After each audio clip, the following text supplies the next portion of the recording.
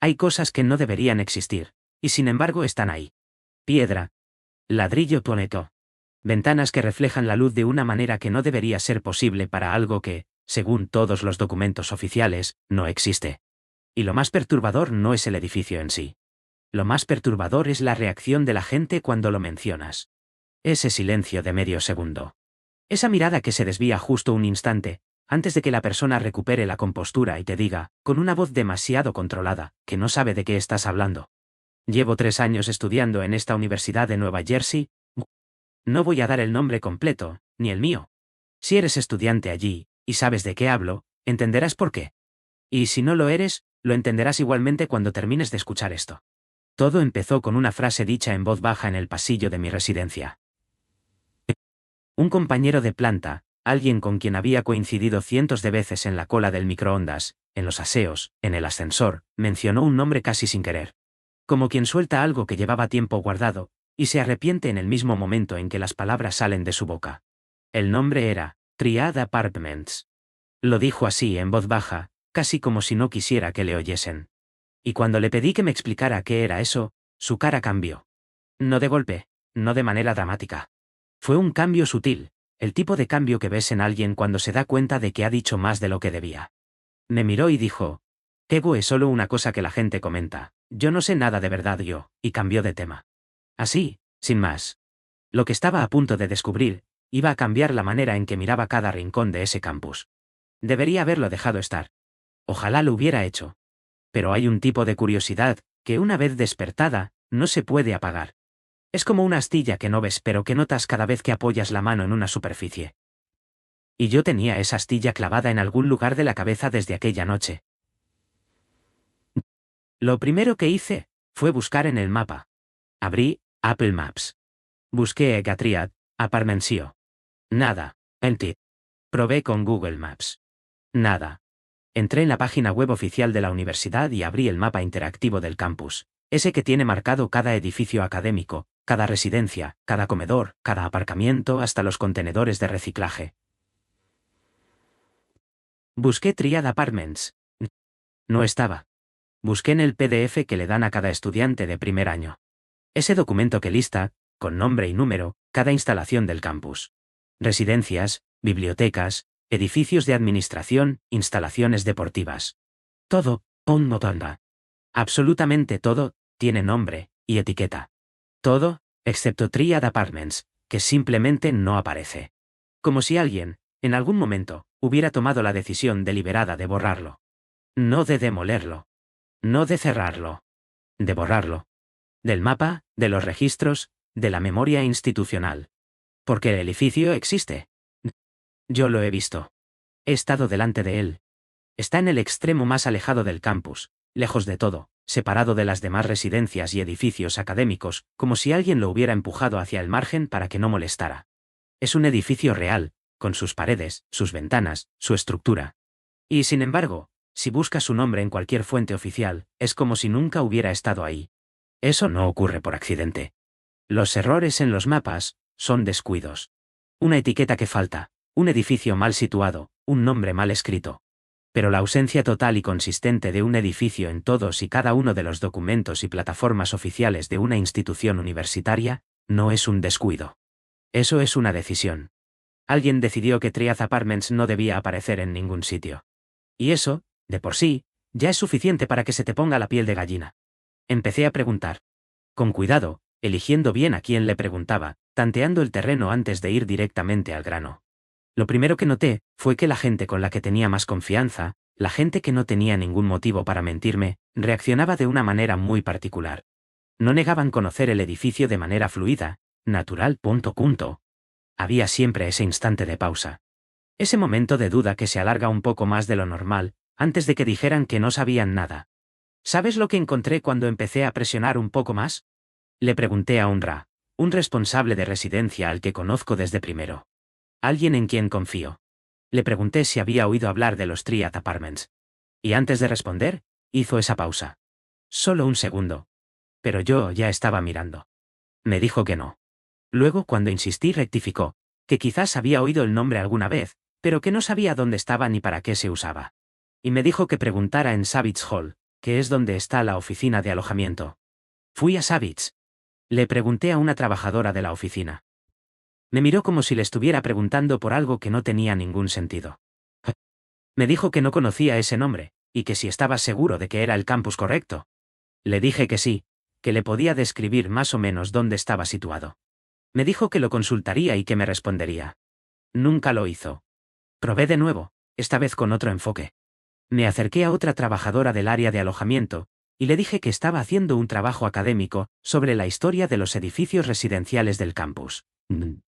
Cambié el ángulo para que sonara más inocente, más legítimo. Ella me respondió con una frase que me heló la sangre. No por lo que decía, sino por cómo lo decía. Me explicó que había algunas instalaciones residenciales más antiguas que estaban de fuera de uso hoy, y a pendientes de evaluación y que si quería documentación oficial, debía enviar una solicitud formal de registros. La forma en que lo dijo. Mecánica, punto. Practicada. Como alguien que ha repetido exactamente esa misma frase, exactamente de esa misma manera en otras ocasiones. No estaba improvisando. Estaba recitando. Envié la solicitud. Semanas después, recibí una respuesta. El documento oficial decía que el edificio había sido retirado del uso residencial debido a problemas recurrentes de infraestructura, incluyendo problemas de drenaje Problemas de drenaje. Eso era todo lo que me daban. Un edificio que no aparece en ningún mapa, que ningún miembro del personal reconoce con naturalidad, que ocupa un rincón apartado y casi invisible del campus, y la única explicación oficial es problemas de drenaje. No me lo creí. Y creo que ellos sabían que nadie que llegara a ese punto iba a creérselo. Empecé a hablar con otros estudiantes. No de manera abierta, no lanzando la pregunta al aire en medio de una conversación. Lo hacía con discreción, en momentos privados, con personas en las que confiaba. Y fui encontrando cosas. Fragmentos. Piezas sueltas de un rompecabezas que nadie parecía tener completo. Lo que esos fragmentos empezaban a dibujar, era algo para lo que yo no estaba preparado. Había estudiantes que decían haber pasado cerca del edificio de noche y haber visto luces en las ventanas. No todas las noches. No siempre las mismas ventanas. Pero luces. En un edificio oficialmente abandonado, oficialmente fuera de uso, oficialmente inexistente, según todos los mapas públicos. Luces que se movían. Que cambiaban de planta. Que a veces se apagaban de golpe cuando alguien se acercaba demasiado. Alguien me contó que un amigo suyo había intentado entrar un año antes. Había llegado hasta la puerta principal, y había visto que, aunque el edificio parecía cerrado por fuera, la cerradura era nueva. No vieja, no oxidada, no el tipo de cerradura que llevas años sin tocar. Nueva. Cambiada recientemente. En un edificio que se supone que lleva años abandonado. Otro estudiante, alguien que cursaba su último año y que parecía genuinamente incómodo mientras hablaba, me dijo algo que no he podido quitarme de la cabeza. Me dijo que conocía a alguien que había vivido cerca de ese extremo del campus durante un semestre, en una de las pocas residencias que hay por aquella zona, y que de noche, a veces, se oían ruidos. Pasos miel, pasos. Voces apagadas. Nada que pudieras identificar claramente, nada que pudieras señalar y decir cada eso, estoy yo. Solo ese tipo de sonido de fondo que, si intentas convencerte de que no está ahí, deja de parecer real. Pero que si dejas de hacer ese esfuerzo te mantiene despierto. Y entonces llegué a la parte que me cambió la perspectiva de todo esto. Porque hasta ese momento, lo que tenía era un edificio misterioso, una institución que evitaba hablar de él, y algunos testimonios vagos, sobre luces y ruidos.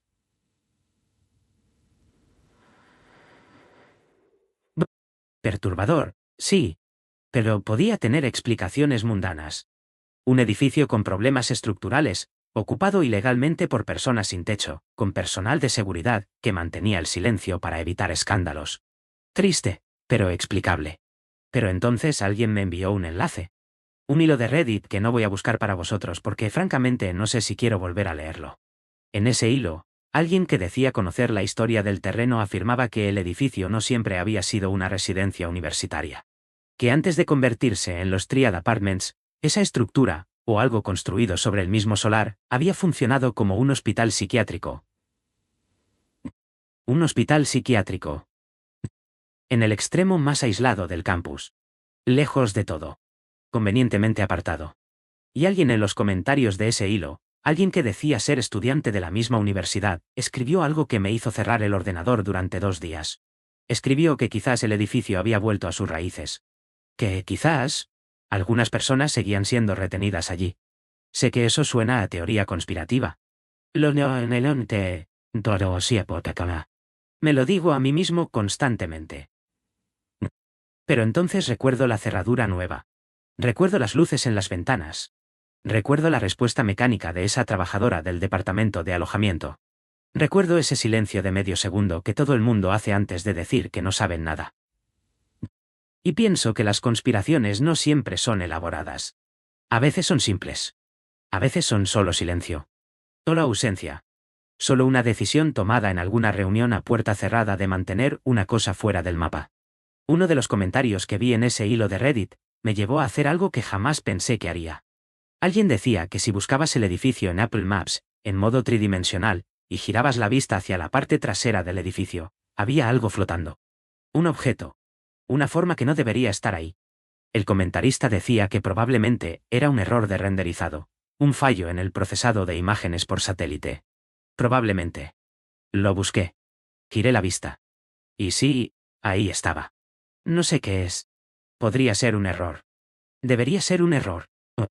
Pero después de todo lo demás, después de las luces y las cerraduras nuevas, y las respuestas practicadas y los mapas con ese vacío tan deliberado, la palabra, y probablemente yo, ha dejado de tranquilizarme.